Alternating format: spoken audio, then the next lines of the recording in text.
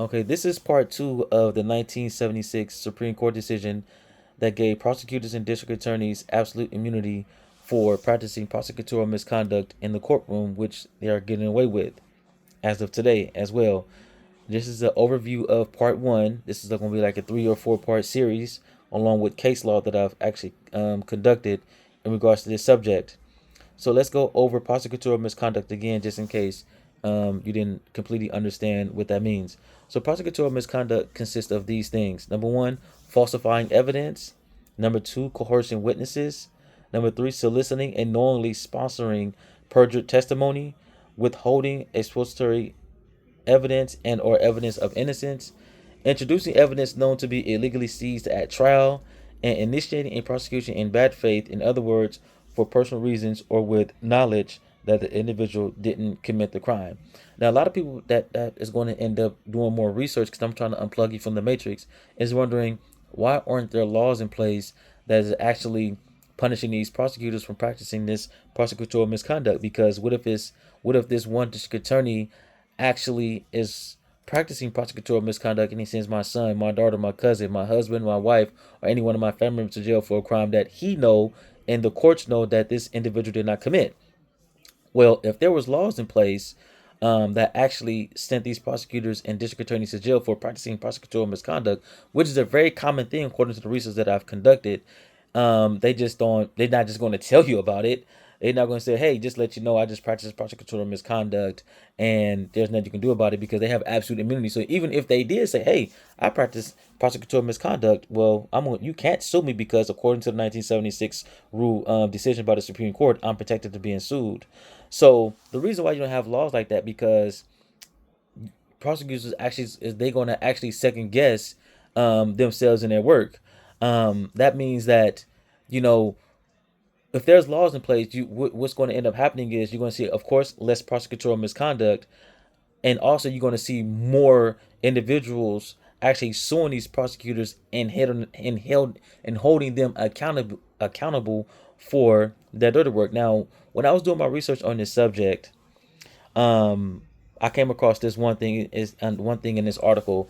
It says, and I quote, that means prosecutors cannot be sued for injuries caused by their own misconduct. For example, coercing witnesses to lie, hiding evidence of innocence, or fabricating evidence of guilt, even when they've intentionally violated an individual's constitutional rights or caused a wrongful conviction. So this means that let's say if my client, because I'm trying to be a lawyer, is victimized by prosecutorial misconduct, my client, if I don't catch on to it, which I like studying stuff like this because I like catching on to the dirty work, you know what I mean, that these DAs and prosecutors are doing. Let's say if I didn't know anything about it, and let's say, the district attorney sends my client to jail, and let's say he gets sentenced to the death penalty. Also, and speaking of the death penalty, I did another article. I read another article right here. And the subject of this article, and this is very deep, but this is going to be in part three. It says the DPIC analysis finds prosecutorial misconduct implicated in more than 550 death penalty reversals or exonerations. See how that works? So these prosecutors and district attorneys is practicing prosecutorial misconduct even when it comes to people on death row and losing their lives. So you guys got to really unplug yourself from the matrix and really pay attention to what's going on, because they look at it like this: I can take your life, but you can't do anything for me to me if I take your life by falsifying evidence or telling this or coercing this witness to lie against you. The Supreme Court gave these people too much power to do what they want.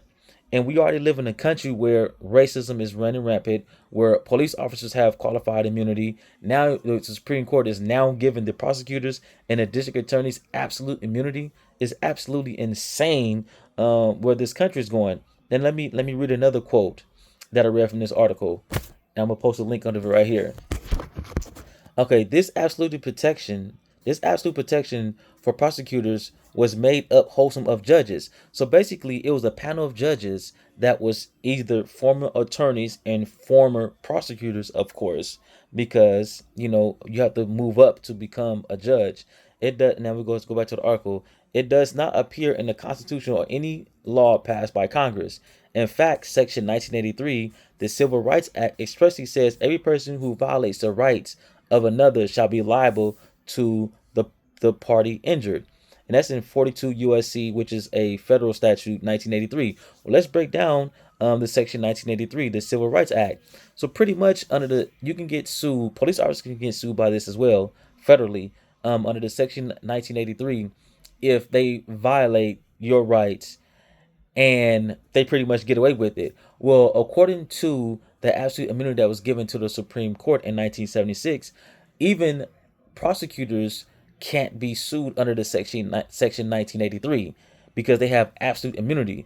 So let's say if a police officer violates your civil rights, they can get sued under section 1983, but prosecutors can't. So pretty much they're above the Civil Rights Act. So they can violate your civil rights and they don't fall under the umbrella of getting sued under section 1983 because they have absolute immunity that was given to them in 1976. So that's another layer of protection that they have. They can't even be sued under the 1983, the section 1983, which is under the Civil Rights Act, because these panel of judges pretty much said that, hey, you know what, we're gonna give them absolute immunity above even being sued federally. So that's very, very bad, ladies and gentlemen. Coming from a future attorney, because I'm in pre-law now, that's very, very bad for your sons, your daughters, African Americans, white people, anybody. It's the absolute worst. Let me continue reading this article to you guys. It says, but courts have read in a special exception for prosecutors. In other words, judges, all of whom are lawyers and many of whom are former prosecutors, decided that prosecutors should have complete immunity from suit no matter how intentionally wrongful their conduct is. So basically what that means is this. It don't matter how bad they mistreat you or practice prosecutorial misconduct, according to these panel of judges that gave them this immunity in 1976, that it doesn't matter how bad you get mistreated. They from the suit, it says no matter how intentionally wrongful their conduct is, they're protected. So basically what that means is this. Let's say a lot of people might look at my video and say, hey, what about cruel and unusual punishment? Well, cruel and unusual punishment is under the Eighth Amendment of the United States Constitution, right? And that's written. But that doesn't has nothing to do with sentencing. So cruel and unusual punishment compared to absolute immunity is like this to this. Absolute immunity, Constitution. It doesn't hold no weight pretty much. So that's very, very bad. Hold on for 1 second. Now let's continue. So the article that I'm currently reading is another thing that I didn't agree with. It says, but because of absolute immunity, there's no deterrent under the law against overzealous prosecutors crossing the line. In theory, prosecutors can be held accountable in other ways, for example, through disciplinary actions by the bar, but that pretty much never happens. So usually if there's an attorney that is not doing his job, or the other term that they might say is, let's say, a conflict of interest or anything, usually you can go to the state bar and file a complaint and it goes on this person's record.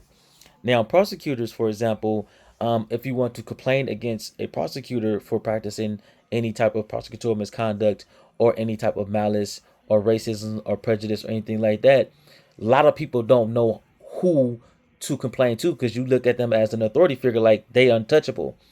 Well, according to this article, usually people go to the state bar. That's like the number one place you can go to file suit against a prosecutor or a district attorney. Another way you can file suit or complain against a prosecutor or a district attorney is the attorney general's office, because every prosecutor have a boss. They do. So don't be so overzealous or think that they just powerful people. They have bosses too. The state bar, which it says to this article, pretty much never happens because a lot of people don't know nothing about the state bar or how to complain, or the attorney general. The attorney general is your local district attorney's boss. So you can complain to the attorney general as well, even to judges, the attorney general, or the bar. So pretty much the reason why they say that it never happens is because A lot of us are not in tune with the legal system. We don't know who to go to when it comes to these people practicing prosecutorial misconduct or cruel and unusual punishment, because we look at them as they don't have a boss. They don't have they pretty much the top people. They're the top people of they the top people of the land. Who can complain against a district attorney or a judge? We look at it as, since we don't know, we think that they don't have bosses or departments that we can file complaints against them. This is part two. We're going to continue with part three.